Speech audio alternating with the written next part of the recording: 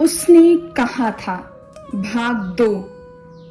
दोपहर रात बीत गई है, अंधेरा है, सन्नाटा छाया हुआ है। बोधा सिंह ने खाली बिस्कुटों के टिनों पर अपनी दोनों कंबल बिछाकर और लहना सिंह के 2 कंबल और एक बरान कोट ओढ़कर सो रहा है।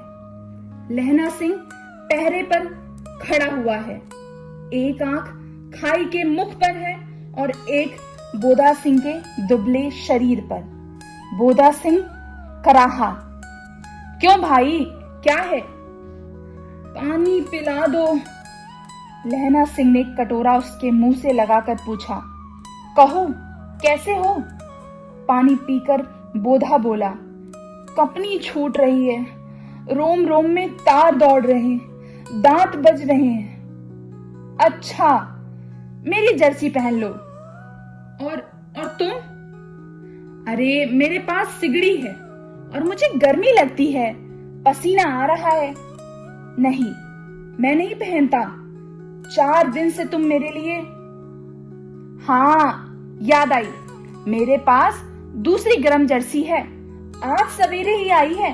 विलायत से मेम बुन बुन कर भेज रही हैं, गुरु उनका भला करे। यो कहकर लहना ने अपना कोट उतारकर जर्सी उसे देने लगा। सच कहते हो? और नहीं क्या झूठ?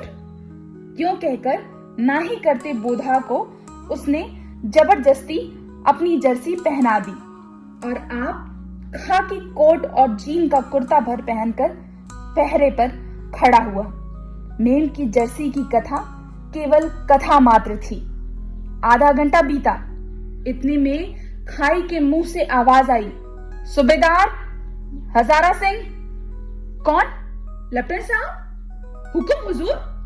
कहकर सूबेदार तनकर फौजी सलाम करके सामने हुआ। देखो, इसी समय धावा करना होगा। मील भर की दूरी पर पूरब के कोने में एक जर्मन खाई है, उसमें 50 से ज्यादा जर्मन नहीं है। इन पेड़ों के नीचे नीचे 2 खेत काट कर रास्ता है, 3-4 घुमाव है। जहां मोड़ है वहां 15 जवान खड़े कराया हूं। तुम यहाँ 10 आदमी छोड़कर सबको साथ ले जाओ और उनसे जा मिलो। खंदक छीन कर वहीं जब तक दूसरा हुक्म ना मिले डटे रहो। हम यहाँ रहेगा, जो हुक्म। चुपचाप सब तैयार हो जाएं। बोधा भी कंबल उतारकर चलने लगा। तब लहना सिंह ने उसे रोका। लहना सिंह आगे हुआ तो बोधा के बाप सूबेदार ने उंगली से बोधा की ओर इशारा किया। लहना सिंह समझकर चुप हो गया। पीछे 10 आदमी कौन रहे, इस पर बड़ी हुज्जत हुई। कोई रहना न चाहता था। समझा बुझाकर सूबेदार ने मार्च किया। लेफ्टिनेंट साहब लहना की सिगड़ी के पास मुंह फेर कर खड़े हो गए और जेब से सिगरेट निकालकर सुलगाने लगे। 10 मिनट बाद उन्होंने लहना की ओर हाथ बढ़ाकर कहा, लो तुम भी पियो। आंख मारते मारते लहना सिंह सब समझ गया। मुंह का भाव छिपा कर बोला, लाओ साहब। हाथ आगे करते ही उसने सिगड़ी के उजाले में साहब का मुंह देखा, बाल देखे, तब उसका माथा ठनका। लेफ्टिनेंट साहब के पट्टियों वाला बाल एक दिन में कहां उड़ गया और उनकी जगह ये कैदियों जैसे कटे हुए बाल कहां से आ गए? शायद साहब शराब पिए हैं और उन्हें बाल कटवाने का मौका मिल गया है। लहना सिंह ने जांचना चाहा। लेफ्टिनेंट साहब पिछले 5 वर्ष से उसकी रेजिमेंट में थे। क्यों साहब, हम लोग हिंदुस्तान कब जाएंगे? लड़ाई खत्म होने पर। क्यों, यह देश पसंद नहीं? नहीं साहब, शिकार के वे मजे यहाँ कहाँ। याद है 5 साल नकली लड़ाई के पीछे हम आप जगाधरी के जिले में शिकार करने गए थे। हाँ हाँ, वही, जब आप खोते पर सवार थे और आपका खान सामा अब्दुल्ला रास्ते के एक मंदिर में जल चढ़ाने को रह गया था। बेशक पाजी कहीं का, सामने से वह नील गाय निकली। ऐसी बड़ी नील गाय मैंने कभी ना देखी थी। शराब की एक गोली कंधे में लगी और पुट्ठे में निकली। ऐसे अफसर के साथ शिकार देखने में मजा है, क्यों साहब? शिमले से तैयार होकर उस नीलगाय का सिर आ गया था ना? आपने कहा था कि रेजिमेंट की मेस में लगाएंगे।